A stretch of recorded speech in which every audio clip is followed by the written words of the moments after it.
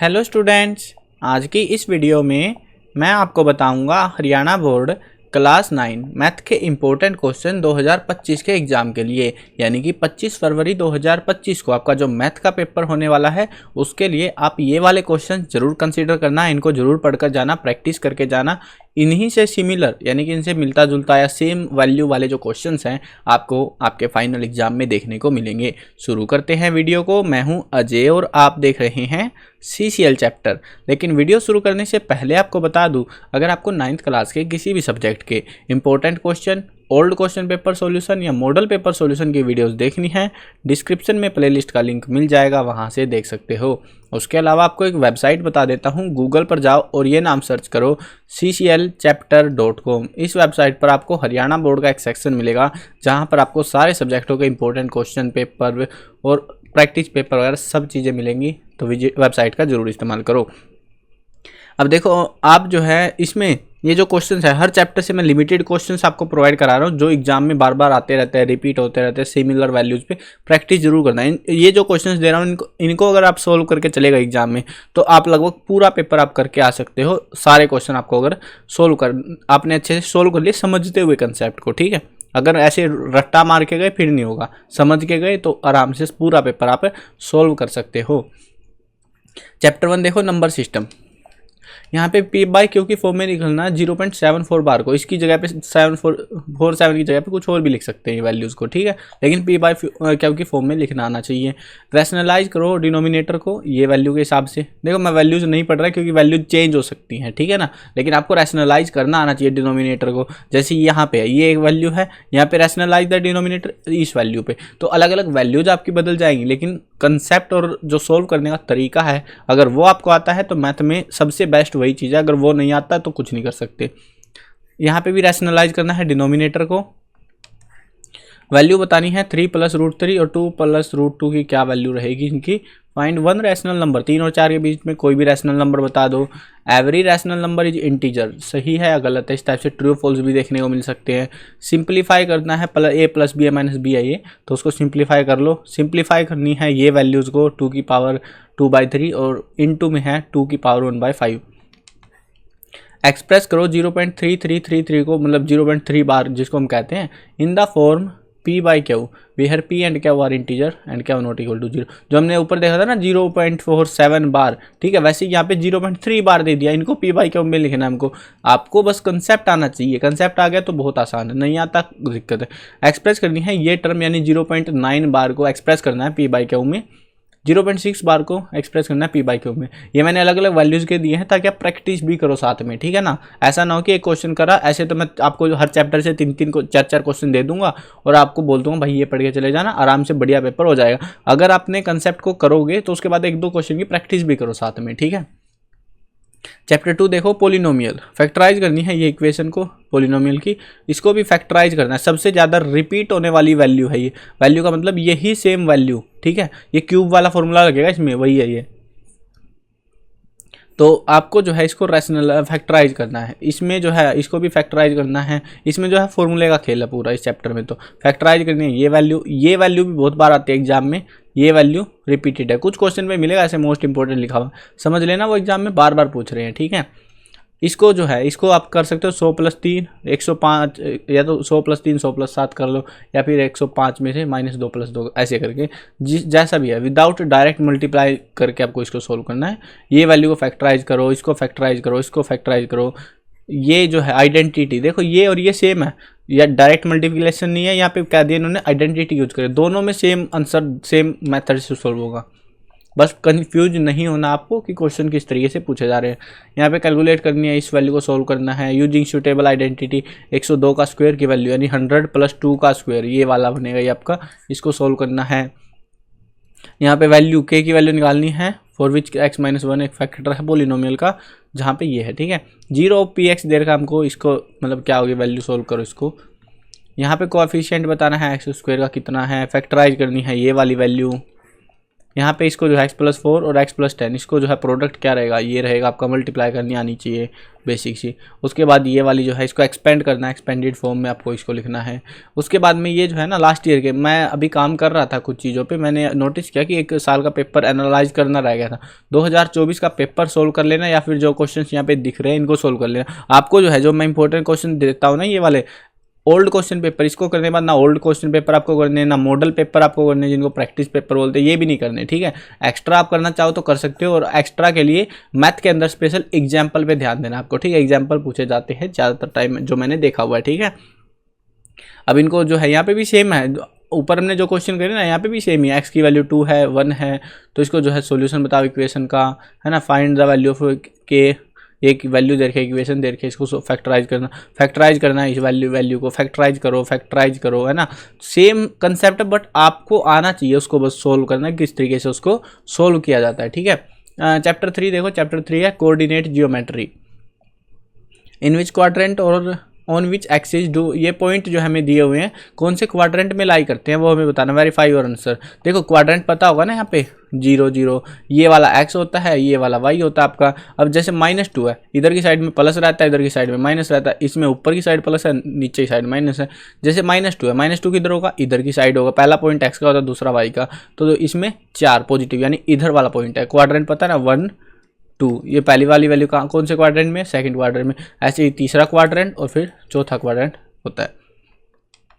अब देखें आगे इसको जो है इनके कंसेप्ट है ये बेसिक सा, इसको सोल्व कर लें। अब उसके बाद में जो है plot the following ordered pair, x और वाई के पेयर्स हमें दिए हुए हैं और कार्टेशियन प्लेन में इसको जो है ऑर्डर करना है, मतलब प्लॉट करना है कि कहाँ कहाँ पे। ये पॉइंट ही है, मतलब इनको इस तरीके से डिफाइन किया हुआ है, टेबल बना के और कुछ नहीं है, पॉइंट ही है ये आपके, ठीक है। उसके बाद में ये भी सेम है आपको। नेक्स्ट जो है what is the name of each part of the plane formed by the horizontal and vertical lines in the Cartesian plane. तो नेम बताना है हर एक पार्ट का क्या होता है, पॉइंट करने हैं कौन से क्वाड्रेंट में है, ये सबको पर इसमें है ना। आप एक्स और वाई बस ये देख लो, एक्स पॉजिटिव है या नेगेटिव है, फिर ये उसके बाद ये, या फिर आप टेबल बनाओ उसके बाद देख लो एक्स प्लस है और वाई माइनस में, इधर वाला यानी फोर्थ क्वाड्रेंट में लाई करता है, ठीक है। इस तरीके से आप इनको सोल्व कर सकते हो। ये एक नंबर के आएंगे छोटे क्वेश्चन बेस में, सारे छोटे बड़े सारे मिक्स कर रखे हमने। पॉइंट 0 0 वेहर, इसको हम क्या कहते हैं, 0 0 मतलब मिड पॉइंट पे, उसको हम क्या कहते हैं, एब्सिस का एंड कोऑर्डिनेट। ये दे रखे हमको क्या होंगे बताओ।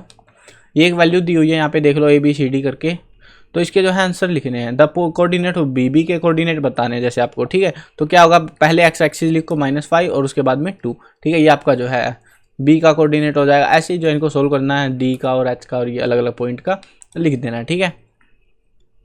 9th क्वेश्चन देखो, 9th क्वेश्चन में भी ऐसी ही फिगर है। इसमें भी आपको क्या करना है, एब्सिस का, डी का, ई का, ये जो पॉइंट बना रखे हैं ना उन्होंने, इनको आपको मेंशन करना है, बताना है कौन सा पॉइंट क्या क्या है वो मेंशन करना है। चैप्टर 4 देखो, चैप्टर 4 है लीनियर इक्वेशन इन 2 वेरिएबल।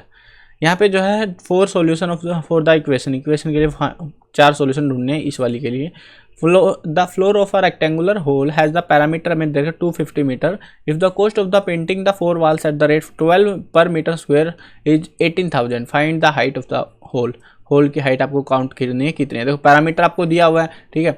उसके बाद में ये जो है अमाउंट दे दी है और पर मीटर स्क्वायर इतने रुपए लगे, ठीक है। तो इसको जो है एक्स की वैल्यूज यहाँ पे थोड़ी पुट करनी पड़ेगी, दिमाग लगाना पड़ेगा, आराम से, इजी है, इतना मुश्किल नहीं है। सॉल्यूशन करना है इस वाली इक्वेशन का, यहाँ पे भी सॉल्यूशन करना है। नंबर लाइन पर जो है उसको साथ में रिप्रेजेंट करना और कार्टेशियन प्लेन पे भी रिप्रेजेंट करना है। इसमें भी सेम ही है, बस वैल्यू बदल दी। ये आपको दिमाग लगाना पड़ेगा, एक कर लिया तो दूसरा भी सेम ही है, ठीक है। 4 different solution of the equation के 4 डिफरेंट सॉल्यूशन जो मैं ऊपर करके आए थे, बस वैल्यू बदल दिया है, ठीक है ना। Find the value of the P, x और वाई हमें दे रखा है, सॉल्यूशन इक्वेशन ये हमें दे रखा है, इसको सोल्व करना है, पी की वैल्यू काउंट करनी है। ये तो बहुत आसान है, एक्स की जगह एक्स की वैल्यू रख दो, वाई की जगह वाई और सोल्व कर दो आगे वैल्यू। उसके बाद में ये जो है solution of linear equation is not affected when the same number is added and subtracted from both the side of equation. सही या गलत, बिल्कुल सही बात है, ट्रू है, ठीक है।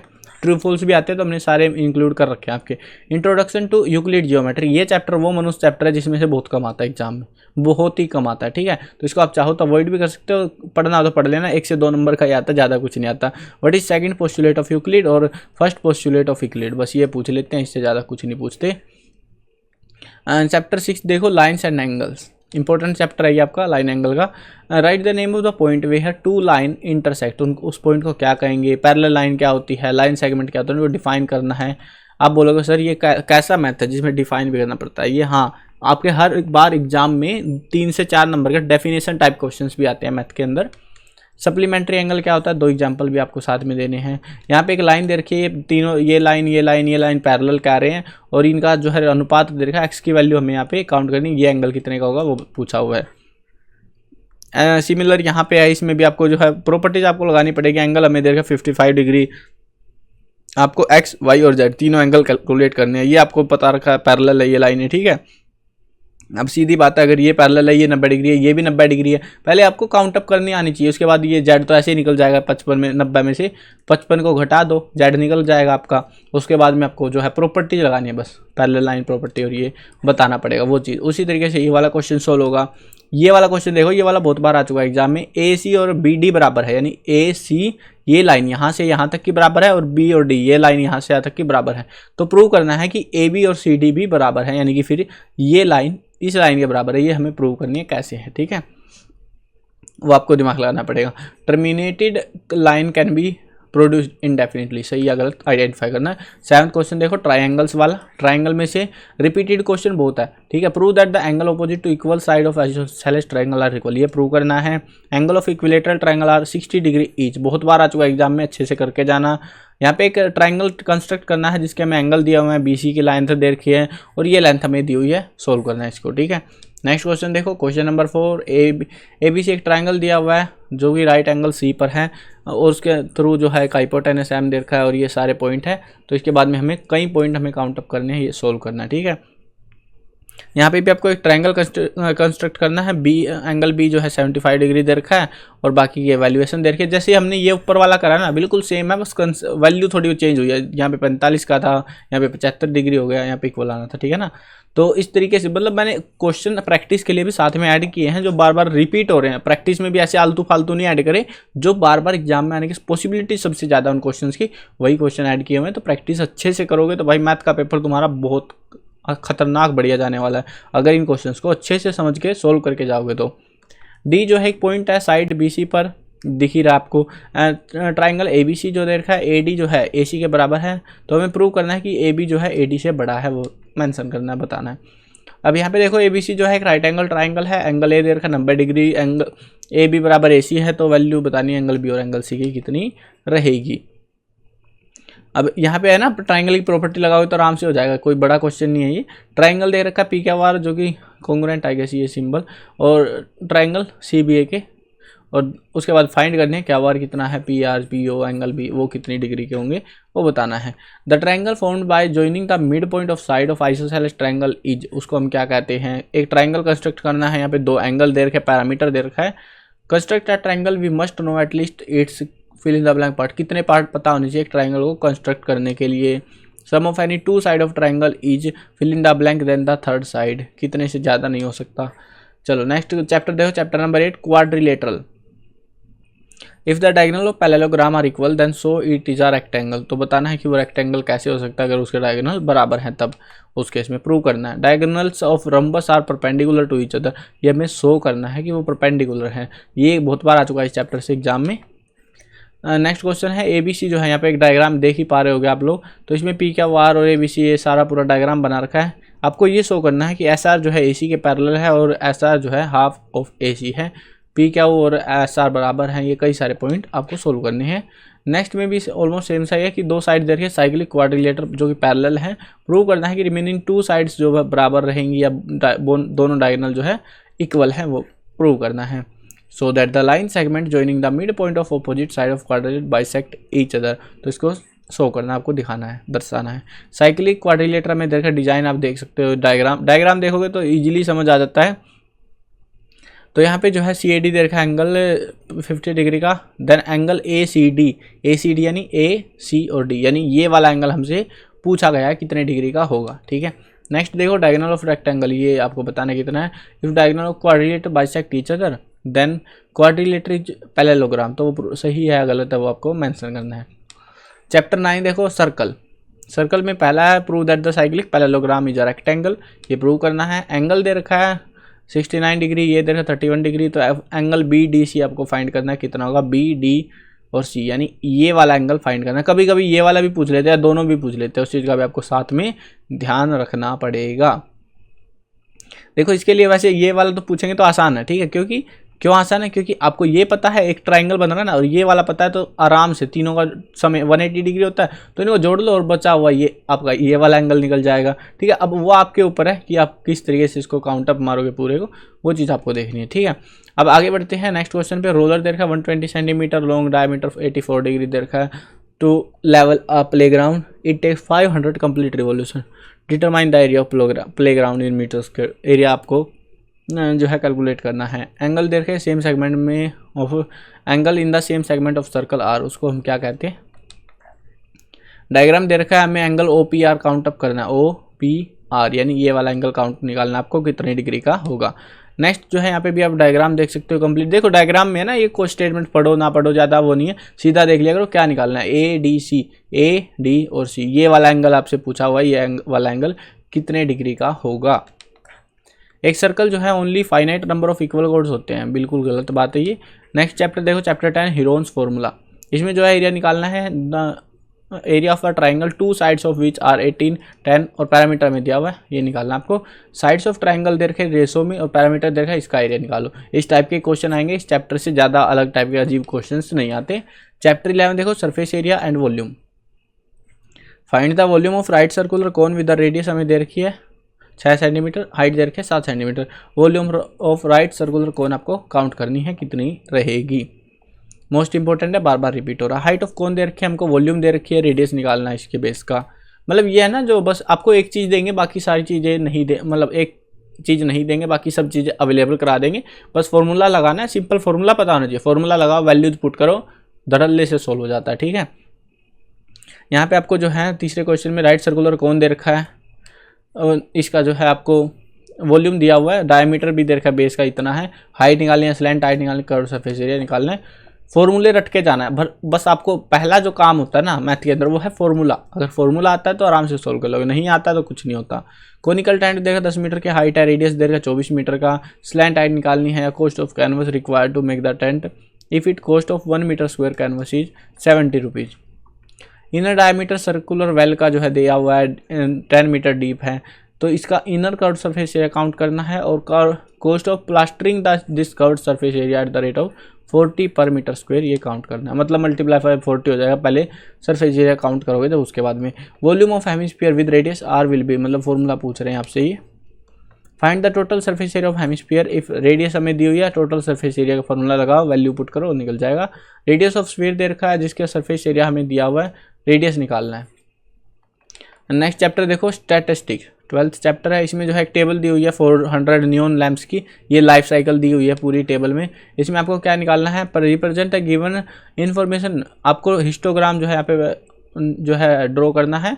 How many lamp have a life time of more than 700 hours, तो उससे ज़्यादा का कितने लैम्प के पास लाइफ टाइम है उसको काउंट कर लेना, जोड़ देना। यहाँ पे 30 स्टूडेंट का जो है ग्रुप ब्लड ग्रुप चेक किया गया, ये कुछ ब्लड ग्रुप का टेबल है, तो इसको जो है फ्रीक्वेंसी डिस्ट्रीब्यूशन टेबल की फॉर्म में डिस्प्ले करना है आपको। नेक्स्ट क्वेश्चन है, इसमें आपको जो है मंथली इनकम दे रखा है 60 प्लेन्स की प्लान्स, अच्छा monthly income of 6400 plans is budget for a monthly, ये हमें दे रखा है टोटल 6400 है। इस तरीके से वो एक्सपेंस कर रहा है, तो उसको बार ग्राफ में दिखाओ कहाँ पे कितना है। On which item they spend more, कौन से आइटम पे वो ज़्यादा जो है स्पेंड कर रहे हैं, वो है मिसलेनियस पे, नहीं सॉरी ग्रोसरी पे जो है ज़्यादा स्पेंड कर रहे हैं। Class mark of class 140 to 150, तो वो क्या है वो आपको बताना है, क्लास मार्क क्या रहेंगी आपकी। उसके बाद में यहाँ पे कुछ एडिशनल क्वेश्चंस भी हैं। ये जो है मैं 2025 के कुछ क्वेश्चंस पे काम कर रहा था, बट टाइम नहीं मिल पाया कुछ इश्यूज़ की वजह से, तो यहाँ पे आप उनको भी प्रैक्टिस कर सकते हो, वो आपके ऊपर है कि प्रैक्टिस करनी है नहीं करनी है। बट जहाँ तक देखो इनमें ये मत सोचना कि भाई ये अलग क्वेश्चन है, ये भी बिल्कुल सेम क्वेश्चन है जो हम करके आए हैं, ऊपर जो पढ़ाए थे ना आपको यहाँ पे कि कोऑर्डिनेट बता दो, डी कोऑर्डिनेट BHEC, वही है ये, हम ऑलरेडी करके आ चुके हैं। इस टाइप के क्वेश्चन, बार ग्राफ वगैरह सब चीज़ें हम पढ़ के आ चुके हैं। अगर आपको पढ़ना हो तो यहाँ पे देख सकते हो, एक्स्ट्रा क्वेश्चन एडिशनल है ये आपके, नहीं करने हो तो कोई दिक्कत की बात नहीं है। जहाँ तक आपका जो है देखो यहाँ पे देखो हेमिस्फीयर बॉल, हम जो है मैनेज करते हैं थोड़ी से क्वेश्चंस को। ये देखो मैं ऑलरेडी करके आए थे ना, ये कुछ क्वेश्चन हमने अपडेट कर दिए थे, बट थोड़ा बहुत रह गया था बीच में कुछ काम की वजह से। तो यहाँ तक भी आप करोगे कोई दिक्कत नहीं है, सिर्फ यहाँ तक कर लो। अगर आपको एडिशनल प्रैक्टिस करनी है नीचे वाले क्वेश्चन भी कर सकते हो, नहीं करनी तो कोई दिक्कत नहीं है। यहाँ तक के क्वेश्चन भी प्रिपेयर करोगे तो आपको जो है सफिशिएंट और लगभग पूरा पेपर इन क्वेश्चन में से मिलेगा। डिट्टो सेम वैल्यू नहीं मिलती मैथ के अंदर, ये चीज़ का हमेशा ध्यान रखना। और मिलने को आपको मिल भी सकती है, ऐसी बात नहीं है, ठीक है। अगर इन क्वेश्चन को प्रैक्टिस करोगे, बहुत सिलेक्टेड क्वेश्चन है, इनमें सेम वैल्यू वाले क्वेश्चन भी मिलेंगे आपको मैथ के पेपर में, और साथ में आपको जो है सेम लॉजिक वाले तो लगभग सारे क्वेश्चन ही मिलेंगे। अगर आपने अच्छे से इनको करके गए क्वेश्चंस को, कंसेप्ट को, तो आपको एग्जाम में फिर दिक्कत नहीं होगी। आई होप क्लियर हो गया होगा। अगर चैनल पर नए हो तो सब्सक्राइब कर लेना। और ये क्वेश्चंस अगर आपको करने हैं तो ये मैं वेबसाइट से पढ़ाता हूँ आपको, cclchapter.com। इसमें हरियाणा बोर्ड का सेक्शन मिल जाएगा आपको, इसमें विजिट करना। यहाँ पे आपको इंपॉर्टेंट क्वेश्चन जो भी कराए हैं मैंने, MCQs वगैरह भी है प्रैक्टिस करने के लिए, आंसर हाइड है सबके, तो यहाँ पे सब चीज़ें मिलेंगी। इंपॉर्टेंट क्वेश्चन भी मिल जाएंगे, पुराने पेपर्स, लास्ट 10 ईयर्स के पेपर अगर आपको चाहिए वो यहाँ से डाउनलोड कर सकते हो। PDF में प्रैक्टिस पेपर चाहिए आपको तो यहाँ से डाउनलोड हो जाएगा। आई होप क्लियर हो गया होगा। चैनल पर नए हो तो सब्सक्राइब कर लेना। मिलते हैं नई वीडियो में, बाय बाय।